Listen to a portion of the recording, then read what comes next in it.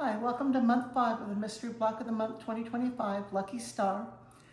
I'm excited about this month because this is definitely the easiest pattern that we've had so far. So it'll be nice to have something that you don't have to think about so hard and you can just have fun sewing it. And we have 3 new fabrics this month, so you can't go back to your previous stash for any of these except for the white one. The white one I will go back and use some of the white that I've already used, that tonal white on white, and hopefully keep this whole, so when I figure out what I'm going to do with all my leftovers, I'll be able to do that. So block 5, Lucky Star, is this month's pattern. I was really excited about this one because it was very simple. It did end up having one challenge though that I was not expecting, and that is that in the pattern the striped fabric ends up being directional because of the way they did the pattern. They have all their stripes going in the same direction throughout the whole pattern. So if you don't care about that, you can just have your stripes going however you want and just put it together and don't worry about it. And if you do, then stay tuned because that's in the tips and tricks section, because you do need to make an adjustment to the pattern in order to have yours turn out correctly. But this was pretty easy overall and I definitely enjoyed it, despite the fact that orange and green is my least favorite color combination. But you can't love everything. Everyone can't be your favorite. So I still enjoyed this one and hope you will too. So when you're cutting your pieces D and E, they're on a diagonal print fabric.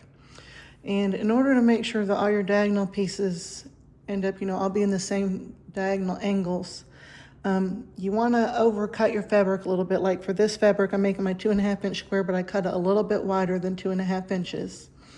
And that way I can use one of the lines on my ruler and put that line on one of the diagonal lines. And that way when you cut it, all your pieces, your diagonal angles will be the same throughout all of your blocks.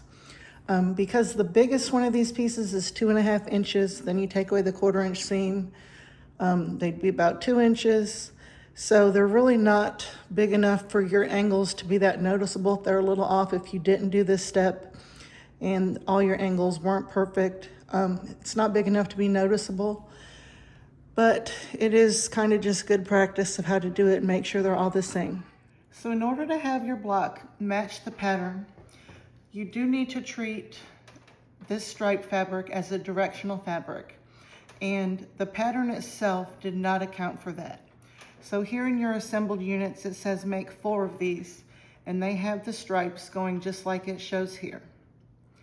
But if you make 4 of them with the stripes going this way, you will not be able to have your pattern look just like it does, because some of your stripes will be going in the wrong direction.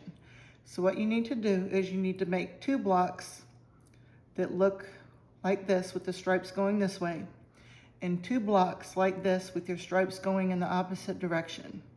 So 2 of these and 2 of these, and then when you go to assemble them, it'll look just like the pattern does on the front. For this month, when I went to baste my square when I was finished, I only basted it at 8 spots. So in the corners, I just did 1 across this joint and a second one across this joint, and then just repeated that for the other 3 corners instead of sewing all the way around the edge. I just feel like it helps it to keep from stretching out quite as much. Well, thank you so much for joining me this month. I hope you enjoyed it and I hope to see you next month.